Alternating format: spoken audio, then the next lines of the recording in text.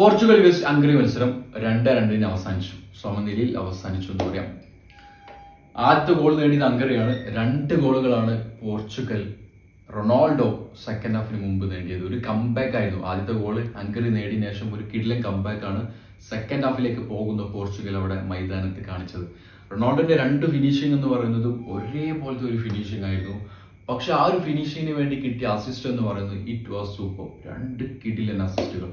ഫസ്റ്റത്തെ അസിസ്റ്റിനെ കുറിച്ച് പറയുകയാണെങ്കിൽ നെൽസന്റെ ഒരു കിടിലൻ ടേണും ഒരു ഗ്രൗണ്ട് ബോളും. രണ്ടാമത്തെ അസിസ്റ്റിനെ കുറിച്ച് പറയുകയാണെങ്കിൽ നൂനോ മെൻഡസിന്റെ ഒരു കിടിലൻ curving shot. It was super മോൻ. അടിപൊളി കർവിംഗ് ഷോട്ട് ആയിരുന്നു. 2 അസിസ്റ്റും കാണാൻ ഭയങ്കര ബ്യൂട്ടി ആയിരുന്നു. അതുപോലെ തന്നെ ഗോളിന്റെ ഫിനിഷും കിടിലനായിരുന്നു. റൊണാൾഡോന്റെ ആ ഒരു ജോബ് എന്ന് പറയുന്നത് വളരെ കറക്റ്റ് ആയിട്ട് കളിയിൽ കാണിച്ചു എന്ന് വേണമെങ്കിൽ പറയാം. കളി അവസാനിച്ചപ്പോൾ 8.7 ആണ് റൊണാൾഡോ കിട്ടിയ റേറ്റിംഗ്. കളി സമനിലയിൽ അവസാനിച്ചത് സെക്കൻഡ് ഹാഫിൽ എക്സ്ട്രാ ടൈമിനെയാണ് ഹംഗറി ഗോൾ അടിക്കുന്നത്. ആ ഒരു സമയം വരെ പോർച്ചുഗലിനെ പിടിച്ചു നിർത്താൻ പറ്റിയില്ല. പോർച്ചുഗലിന്റെ മിസ്റ്റേക്കുകൾ പറയുകയാണെങ്കിൽ ഡീഗോ കോസ്റ്റയുടെ മിസ്റ്റേക്ക് പറ്റിയിട്ടുണ്ട്. അത് തന്നെയാണ് വലിയ മിസ്റ്റേക്ക് എന്ന് പറയുന്നത്. പോർച്ചുഗലിന്റെ ഗോൾ കീപ്പറിന്റെ അടുത്ത് പറ്റിയ മിസ്റ്റേക്ക് തന്നെയാണ് വലിയ മിസ്റ്റേക്ക്.